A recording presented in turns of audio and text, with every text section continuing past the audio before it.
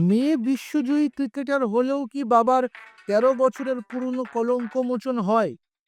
পুলিশের কনস্টেবল মুন্না সিং গৌর কি অন্যায় শাস্তির বোঝা নিয়েই অবসর নেবেন?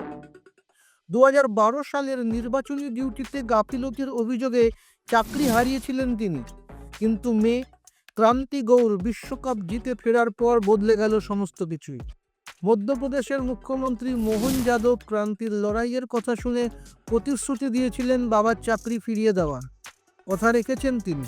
১৩ বছর পর আবার পুলিশের পোশাকে কাজে যোগ দিয়েছেন মুন্না সিং। একজন খেলোয়াড়ের সাফল্যে কি এভাবেই পরিবারের সম্মান ফিরে আসে?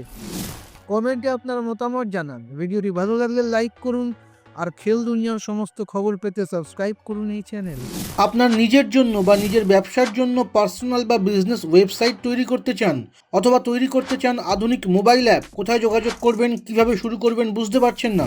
যোগাযোগ করুন নিচে দেওয়া ফোন নাম্বারে। আপনার সমস্ত প্রশ্নের উত্তর পাবেন এখানেই।